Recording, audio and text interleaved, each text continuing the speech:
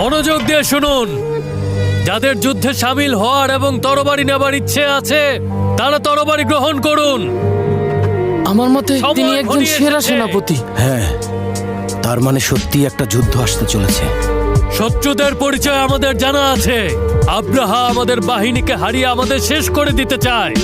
ওদেরকে কোনোভাবেই মক্কার কাছে ঘেঁষতে দেওয়া যাবে না। অনেক হয়েছে মুসাব, এবার থামো।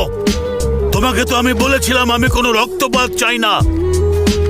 সম্মানের সাথে বলছি, আপনি একটু বোঝার চেষ্টা করুন। সেনাপতির সাথে দেখা হয়েছে, তিনি তার ইচ্ছের কথা আমাকে জানিয়েছেন। আব্রাহা এই মক্কার দিকে ওর লালসার নজর দিয়েছে।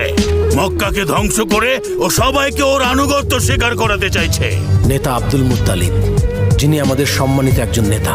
প্রথমত, আব্রাহা মক্কা দখল করার কথা জানাতে ওর একজন প্রতিনিধি পাঠিয়েছিল, কিন্তু নেতা ওদেরকে পিছু হটার জন্য রাজি করান।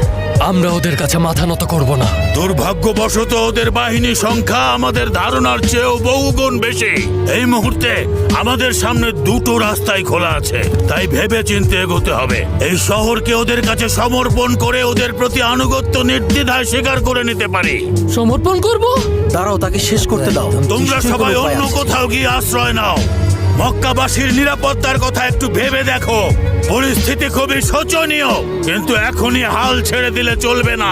আব্রাহার বাহিনী এখানে চলে আসার আগে তোমরা সরে পড়ো।